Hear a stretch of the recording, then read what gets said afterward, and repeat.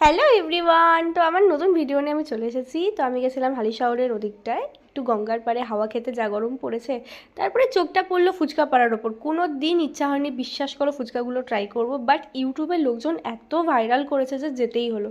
তো এখানে তুমি মেনু কার্ডটা তোমরা দেখতেই পারলে, যে দোকানে আমরা ঢুকেছি মোটামুটি সব ধরনেরই ফুচকা রয়েছে। আমরা ডিসাইড করছিলাম যে কী ফুচকা খাবো। সবার ফার্স্ট জল ফুচকাটা ট্রাই করলাম, অ্যান্ড দেন আমরা অর্ডার দিলাম অনেক রকমের ফুচকা, আইসক্রিম ফুচকাও তার মধ্যে ছিল। তো সবার ফার্স্ট আমি চিকেন ফুচকাটা ট্রাই করছি। চিকেন ফুচকাটা এতটাই ভাইরাল হয়েছিল যে খেতেই হলো। তো খেয়ে আমার টেস্টটা মনে হলো যে পয়সা দিয়ে যেটা কিনেছি সেটা আর কি ফেরত দেওয়া যাবে, মানে খেয়েই নিতে হবে না, পয়সাটা ওয়েস্ট হয়েছে।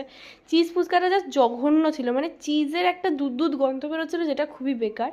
দই ফুচকাটা আমার খুবই ভালো লেগেছে, কারণ দই ফুচকা চাটনি ফুচকা ইউজুয়ালি আমরা খেয়ে থাকি, তো এটা নতুন এক্সাইটেমেন্ট নয়। এখানে আমার বোন আইসক্রিম ফুচকার এত সুন্দর রিভিউ দিল যে আমি একটু সুন্দর করে আইসক্রিম ফুচকাটা খেলাম, আর আমার ভাই বলছিল যে আর এক প্লেট অর্ডার দেবে। তারপরে আমার কি যে মাথায় ভূত চেপেছিল, আমি চিংড়ি মাছের ফুচকাটা অর্ডার দিলাম, জঘন্য খেতে, জঘন্য, জাস্ট বেকার। মানে খেয়ে দেখেই বুঝতে পারছো আমার মুখের রিয়াকশানটা।